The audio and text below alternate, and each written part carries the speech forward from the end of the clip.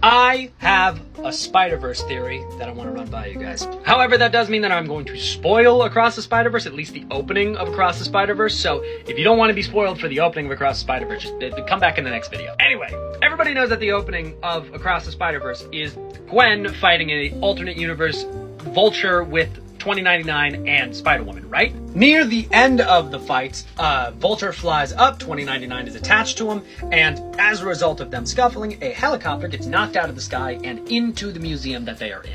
I can't show it because there's no fucking movie yet, so you're just gonna have to go off of my description. Anyway, there are a bunch of people inside the museum that they are fighting in, that the helicopter is falling into. And we know that Captain Stacy is in the museum because Gwen webbed him up to a wall and he's walking around trying to find Gwen as this is all happening. And the rest of the sequence plays out. Spider-Man 2099, Gwen, and Jess Drew web up the helicopter and make sure that it doesn't fall and crush a bunch of people and knock down a bunch of rubble from the building. You sticking with me here? Okay. This entire opening,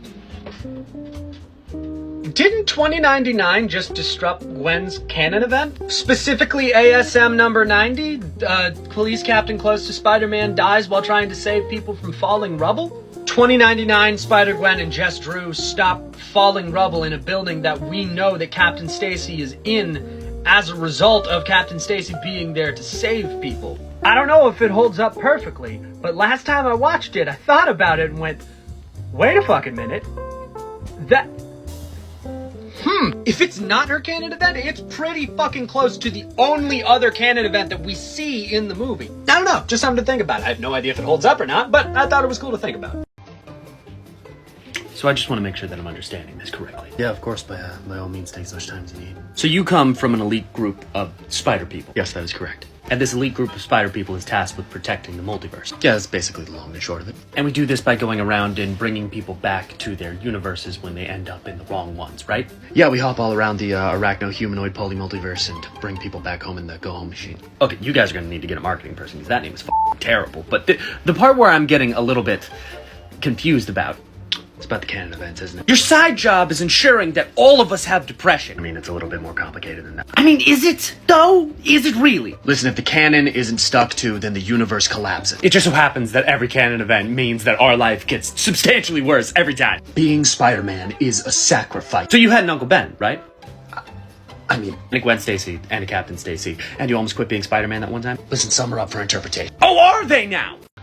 I swear to God, if I don't get at least one of these motherfucking figures in my P.O. box, I have failed as a content creator. I need this motherfucker. I need him. How do I provide incentive?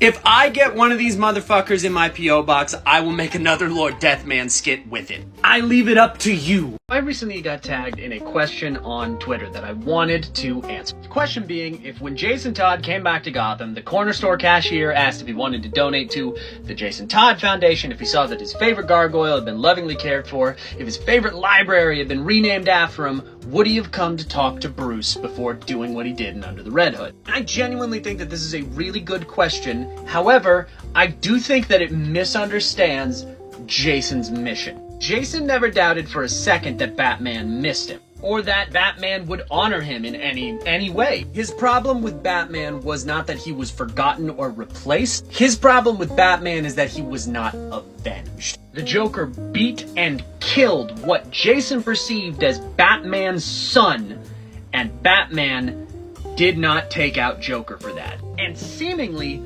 really didn't do anything in return, except replace him with a new Robin and start again. So while I'm sure if Jason saw a bunch of things that were like in memoriam of him, it would affect his view of the situation at least a little bit, because it would show that he wasn't just replaced and moved on from. His problem with Batman would still be the same. Batman's war on crime is a self-perpetuating ego journey. His one rule stops true justice from happening, and therefore it needs to be corrected. That was Jason's original, mission statement. I do think, however, that the memorials would change his tactic a little bit, or at least his personal feelings. Because when he attacks Tim Drake in Titan's Tower, one of his points is how he was forgotten. He has no statue in Titan's Tower. given that was because none of the Titans really liked him that much, but still. So I think seeing that he had been remembered in somewhat of a positive light might have affected his outlook a little bit, but not enough for it to change anything, and definitely not enough for him to go to Bruce and talk to Bruce alone. Talking to Bruce was never the objective. Remember, before he decided to become Red Hood, Jason debated just killing Batman. He was 2 seconds away from blowing up his car with him in it. He had planted the bomb. But the point was to break his ideology. The point was to change his mind. Not to remind him who he was, and definitely not to show, you forgot about me. This is why I love Jason Todd's psychology so much, is that there's so many aspects to it that need to be looked at from multiple perspectives. You need to put yourself in his shoes to realize what he's actually thinking, because otherwise he just looks like the Robin that kills, or the Robin with the most extreme daddy issues. But the crux of his argument always goes back to one line. Bruce, I forgive you for not saving me, but why on God's green earth is he still alive? Yeah, I know I've been having a pretty rough week when I can't remember what the last video I filmed. So let's fix that, shall we? Welcome back to Regrettable Superhero of the Week, the weekly not-weekly show where I pick one character at random out of the League of Regrettable Superheroes and then I run him the fuck down. Gimme someone good. Come on. Come on. Come on. The Conqueror? Is it just the Conqueror? When I think superheroes, I usually don't think of the word Conqueror. Holy shit! I bet you're screaming, move your fucking hand, Panda. Well, you see, I would, but if I did, the TikTok wouldn't like. This man is standing over an entire field of dead Yahtzees while holding the air intake portion of a gas mask of one he is currently killing. This dude is like an ugly-ass Captain America. Is he wearing a fucking bandolier? Yeah, this motherfucker is locked and fucking loaded, man. I am so fucking excited. I really hope this dude isn't regrettable. Yeah, this guy needs a movie yesterday. I don't care what we have to do. This guy needs a fucking movie. Created by the co-creator of both Daredevil and the Submariner, Bill Everett, in Victory Comics #1 of Hillman Periodicals in August of 1941, which for those of you who are good at history is 4 months before America enters World War II, the Conqueror has one goal and one goal only. Killing Nazis.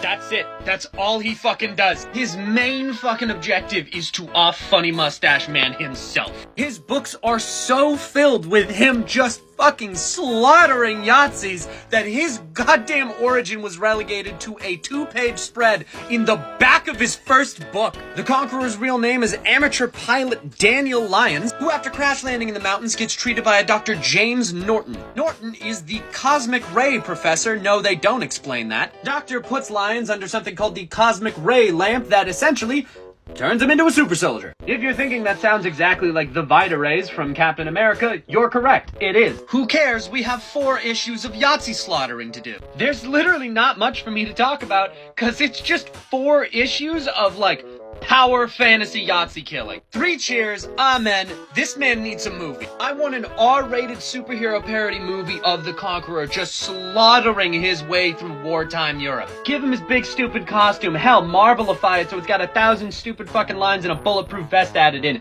I don't care. I want this movie. This man had 4 issues and then the publishing house folded. He's got to be out there in the public domain somewhere. Someone can make this. 0 questions, 0 notes. Fucking approve. I think this is my favorite character in the entire book so far. It has been an exceptionally good couple days to be a comic book fan. Not only did we get a Superman that literally fucking saves cats out of trees, but look at the boys! I never thought in my motherfucking life that I would ever see the yellow fucking suit in live action. Is it mostly because it looks a little silly? Yeah, it looks a little silly. It even looks a little silly here. But holy fucking shit, it looks so cool. This is everything. I love it. This is everything, okay? But I feel like as someone excited for this movie, I have a responsibility to fucking leave the internet until it comes out. Since that picture dropped, I've seen like 10 behind the scenes photos. Shit that I am worried is just going to fuck it up to actually be able to sit there and watch it. And I can't help but think that they revealed this image because a couple days previous, there was behind the scenes photos leaked of Deadpool's costume in the new movie. Which just kinda sucks, you know? I'm sure you're sick to death of hearing this by now, but I am an artist. I went to school to be an artist. I've always drawn my entire life. I've always had a sketchbook in my back pocket. I'm an artist. And as an artist, it is one of the most aggravating and annoying fucking things where someone looks over your shoulder in the middle of a drawing and asks what it's going to be. Or like, why does it look like that? Or judges the art based on what it looks like when it's not fucking done. If I don't want to show you a work in progress, it is a major insult for you to look and judge the work in progress. It'll look better when it's done. Trust me and fucking wait. And I can't help but feel that for these big fucking movies that are trying to do something else. Sure, everybody and their mother has theorized that this movie is going to be Deadpool Kills the Marvel Universe. It'll be him going through the Foxverse, and I mean all of the cast reveals kind of support that. But I want that to be a surprise. I want it to be like, oh yeah, it's based on Deadpool Kills the Marvel Universe, just wait until you see it. And then have that, oh my fucking god, look what they're doing moment in the theater. I feel wrong. I feel dirty for seeing these fucking behind the scenes photos that I definitely shouldn't be seeing. And that's not to say that any of the judgments of the movie are even bad. I've had people look at my artwork while I'm drawing it and be like, oh my god, it looks so good. Why do you have anything more to do? That feeling, that it's not fucking done yet, don't look at it feeling, doesn't really matter if it's a good or bad judgment given onto it. It's not fucking done yet. Don't look at it. This is not to rag on anybody that really likes these behind the scenes photos or the people who take them. It's just, as a fan, I want to be surprised when I watch the movie, and I don't like seeing these behind the scenes photos. I felt the exact same when the Blue Beetle photos got leaked. Holy shit, the costume looks amazing. Why am I seeing this when they haven't revealed this yet? I don't know. I don't mean to sour the mood. It just, I feel a little weird about it is all. But holy fucking shit, he looks so fucking good though, right? They even have the claw covers on the fucking glove. It's gonna be so fucking cool. Just made a video where I don't like talking about rumors about movies, and then James Gunn comes out and announces a whole fuck ton of goddamn casting choice. Mr. Terrific, Hawk Girl, and Guy Gardner have all been cast for Superman Legacy. 3 characters that, if I'm being honest, I didn't think were gonna be in movies, period, much less Superman Legacy. Hawk Girl and Mr. Terrific, fucking perfect choices. Agatha and Elizabeth Merced, fucking perfect. Mr. Terrific has been one of my favorite DC characters ever since I read Strange Adventures, so I cannot wait to see him in live action. However, there was a 3rd casting choice yesterday, and he's like fucking 50! Nathan Fillion is 52 fucking years old! How old is Hal Jordan? 60? Alan Scott's gonna show up and he's gonna be a fucking corpse! I always thought of Guy as being in like his 30s, maybe 35 tops! Isn't Superman supposed to be young in Superman Legacy? Why the fuck are we casting old-ass Guy Gardner? And why just Guy Gardner? I'm sorry, I'm frustrated. Guy Gardner is like one of my favorite Green Lanterns, so damn it! I'm sure he's gonna do a fine job. I mean, he's got the right temperament to play Guy Gardner. That sort of cocky bravado that he brings would be perfect for it. I'm not saying that he's not going to be able to play it. I think he's going to be able to play it fine. But this is exactly how I felt when they cast Ben Affleck as Batman, and they were like, oh yeah, we're going to do the Dark Knight Returns version for the start of our DC universe. Like, what? Why? You want to have more Batman stories, right? That's like the last Batman story. What the fuck? Oh, I'm trying to be optimistic. I'm trying to stay optimistic. I want this movie to be good so fucking bad, but I'm so fucking worried!